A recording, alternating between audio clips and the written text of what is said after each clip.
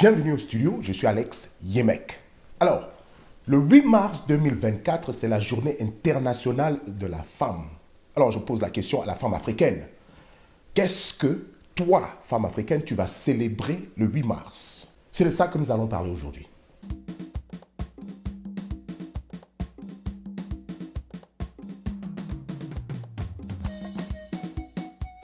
Alors, comme je le dis toujours, je suis professeur en théologie. Je ne suis pas un pasteur. Aujourd'hui, la question c'est, qu'est-ce que nous célébrons le 8 mars en Afrique? Alors, je vais vous rappeler pourquoi est-ce que le 8 mars est la journée internationale de la femme.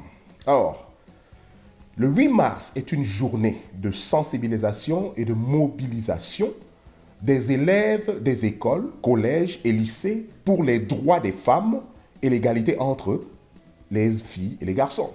Un autre article dit que la journée internationale des droits des femmes trouve son origine dans des manifestations de femmes au début du XXe siècle en Europe et aux États-Unis, réclamant les meilleures conditions de travail et de droit de vote. Pour vous, les femmes africaines, la journée internationale de la femme, c'est quoi? Qu'est-ce que vous réclamez le jour du 8 mars chaque année? Attendez, je vais vous rappeler.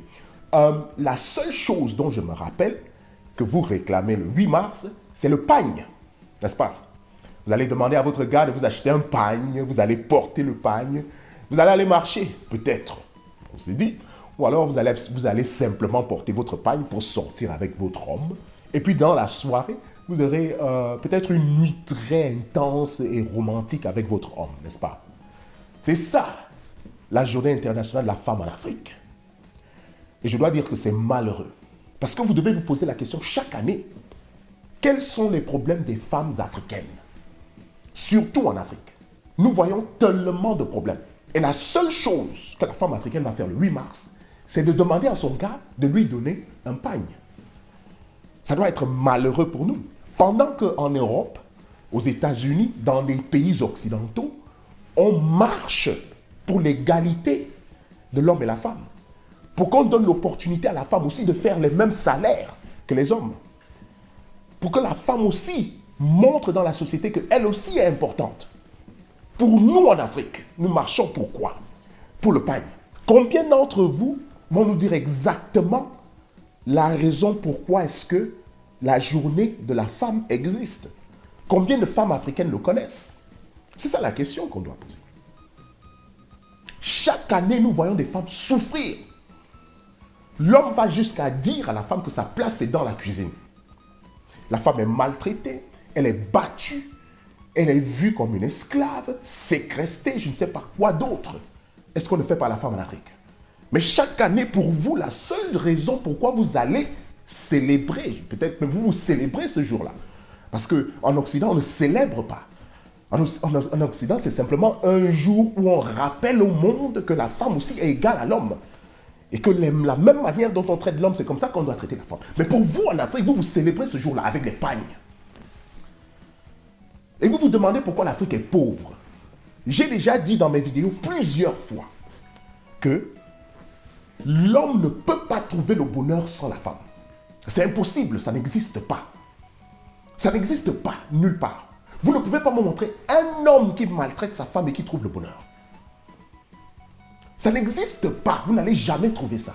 La Bible est claire quand elle dit « Il n'est pas bon que l'homme soit seul ». C'est-à-dire que tout ce qui est bon vient avec la femme. Donc Dieu a fait la femme pour que l'homme ait le bonheur, que tout soit bon dans la vie de l'homme. Un autre passage de la Bible va dire « Qui a trouvé une femme a trouvé le bonheur ». Ah oui. Si vous êtes avec une femme et que vous n'êtes pas heureux, vous devez vous poser certaines questions. Est-ce que je maltraite ma femme? Est-ce qu'elle est égale à moi? Est-ce que je la traite vraiment comme un être humain?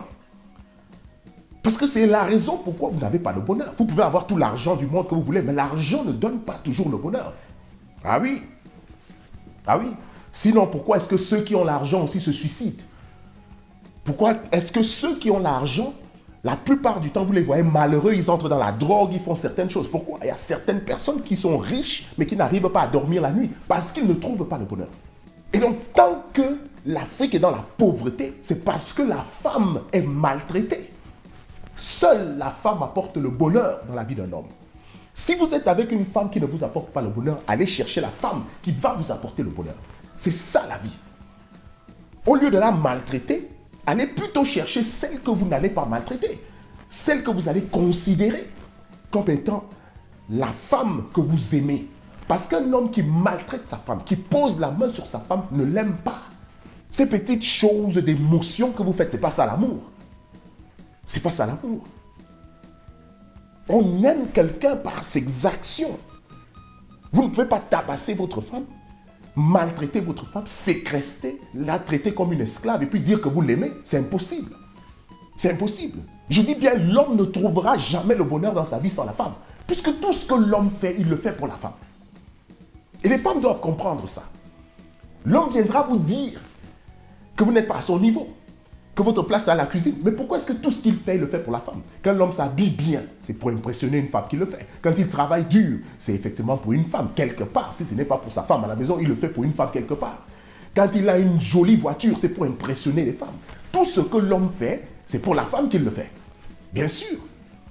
Et l'homme lui-même connaît que quand il n'a pas d'argent ou bien quand il ne travaille pas dur, ce sera difficile qu'il ait la femme qu'il veut. Dans la société africaine, il faut avoir de l'argent pour prendre une femme. Donc quand l'homme travaille dur, qu'il doit aller payer la dot, il dépense tout cet argent-là pour aller payer la dot. C'est pour une femme qu'il le fait. Donc la plupart des choses que l'homme fait dans la vie, c'est pour une femme. Mais c'est lui aussi, illettré, qui va venir vous dire qu'il n'a pas besoin d'une femme. Ça ne peut qu'être un ignorant, un illettré, qui peut maltraiter une femme et qui dit qu'il n'a pas besoin d'une femme. Alors que tout ce qu'il fait, c'est pour une femme. Alors je vous pose la question, femme africaine. Le 8 mars 2024, vous allez marcher pourquoi? Je vais vous donner une bonne raison pour marcher. Marcher contre la violence conjugale. Aujourd'hui, je porte le rouge. Ce rouge, pour moi, représente le sang que toutes les femmes ont versé en Afrique en 2023 à cause de la violence conjugale. Je vous invite à faire la même chose le 8 mars. Portez votre rouge.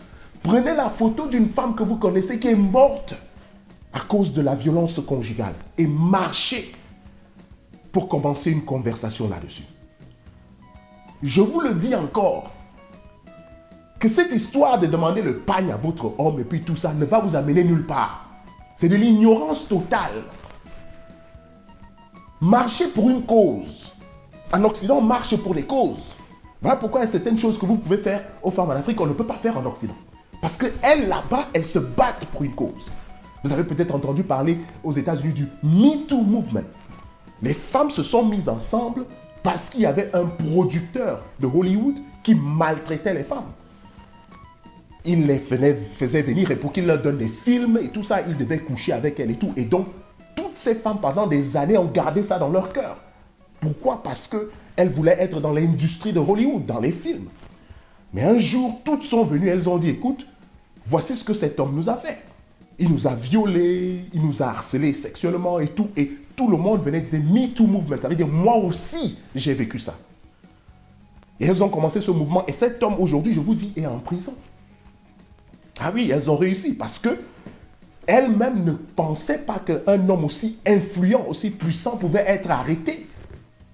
Voilà pourquoi ces femmes ont créé ce mouvement. Et leur force, leur dédication, leur persévérance a gagné. Elles ont réussi à faire tomber cet homme qui était grand. Alors, femmes africaines, à quel moment vous allez commencer à marcher pour votre souffrance? Si vous ne marchez pas pour vous, personne d'autre ne va le faire. Personne d'autre. Vous voulez que qui marche? Vous voulez que qui combatte pour l'égalité de l'homme et la femme? Quand on dit de marcher contre la violence conjugale, ce n'est pas de marcher contre l'homme ou alors de manquer de respect à l'homme. Non, ça n'a rien à voir avec ça. Marchons pour le bien de tout le monde parce que la femme aussi mérite d'être traitée comme un être humain. La femme en Afrique n'est pas traitée comme un être humain et vous le savez très bien. Ce qui est malheureux, c'est que certains d'entre vous acceptent ça comme ça. Vous vous dites que, ok, non, c'est ça, c'est la place de la femme. Moi, on m'a dit que ma place est à la cuisine et puis c'est comme ça. Alors que ce n'est pas pour ça que Dieu a créé la femme. Dieu a créé la femme pour le bonheur de la famille. Pour qu'il y ait une famille, il faut qu'il y ait un homme et une femme. Et c'est la femme qui détient le bonheur de cette famille. Voilà pourquoi on dit que derrière un grand homme, il y a une très bonne femme. Parce que c'est elle qui élève son homme. Mais pour vous, vous êtes devenus des esclaves des hommes. C'est-à-dire que aujourd'hui en Afrique, quand on voit une femme qui a réussi, la première des choses dont on va penser, c'est que elle est partie coucher avec des hommes qui lui ont donné de l'argent. On ne se dit pas que la femme peut travailler dur elle-même et faire son propre futur, avoir son propre argent. Non, la plupart du temps, c'est que il faut absolument que ce soit un homme qui ait mis cette femme-là. Et c'est ça qui est malheureux. Tout ça pourquoi? À cause de vous, les femmes africaines. Vous ne marchez pas pour vous. C'est-à-dire que vous êtes des esclaves. Si vous n'êtes pas des esclaves des pasteurs, vous êtes des esclaves de n'importe qui, des politiciens, même des gens même qui n'ont même pas de vie. C'est-à-dire que même des pauvres personnes, dans la vie, vous allez voir dans certains endroits quelqu'un qui n'a même rien. Mais il faut voir comment ils malmènent les femmes. Et les hommes qui sont bien, qui veulent traiter les femmes comme des êtres humains, vous les rejetez. Non, parce qu'il n'y a pas de drame avec ce genre d'homme-là. Vous devriez avoir honte de vous-même que jusqu'en 2024, la seule chose sur laquelle vous allez penser le 8 mars, c'est qu'on vous trouve un pagne. Vous n'avez pas honte? Mais qui va combattre pour vous? Levez-vous partout en Afrique et marchez au moins cette année-ci contre la violence conjugale. Certains parmi vous vont dire, oh, qu'est-ce que ça va changer? Le changement vient toujours et d'abord avec une conversation. Ça commence par une ou deux personnes qui commencent à parler de ça. Et de là, chaque année, le mouvement grandit et la conversation commence à dominer. Et les gens commencent à se faire éduquer. Il y a des hommes qui sont simplement des illettrés qui ne connaissent pas l'importance de la femme. Mais cette conversation, ce que ça va faire, c'est que ça va commencer à éduquer ce genre de personnes-là et leur dire que votre bonheur, c'est chez la femme que vous l'appelez. C'est ça qui est la réalité. Voilà pourquoi je vous invite le 8 mars 2024 à marcher. Partout là où vous êtes en Afrique, même si vous êtes 1, 2, 3, mettez votre rouge qui représente le sang versé par toutes les femmes à cause de la violence conjugale et marchez dans les rues de vos villes.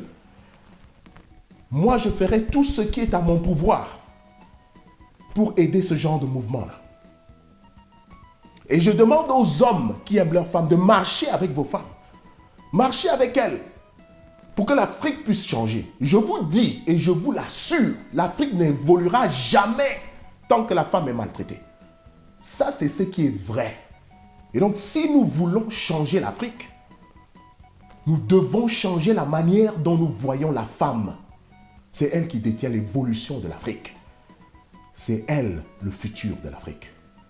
J'espère que nous allons prendre cela en considération et que le 8 mars 2024, nous allons commencer une conversation très importante. Merci beaucoup d'avoir suivi cette vidéo et beaucoup de courage à toutes les femmes.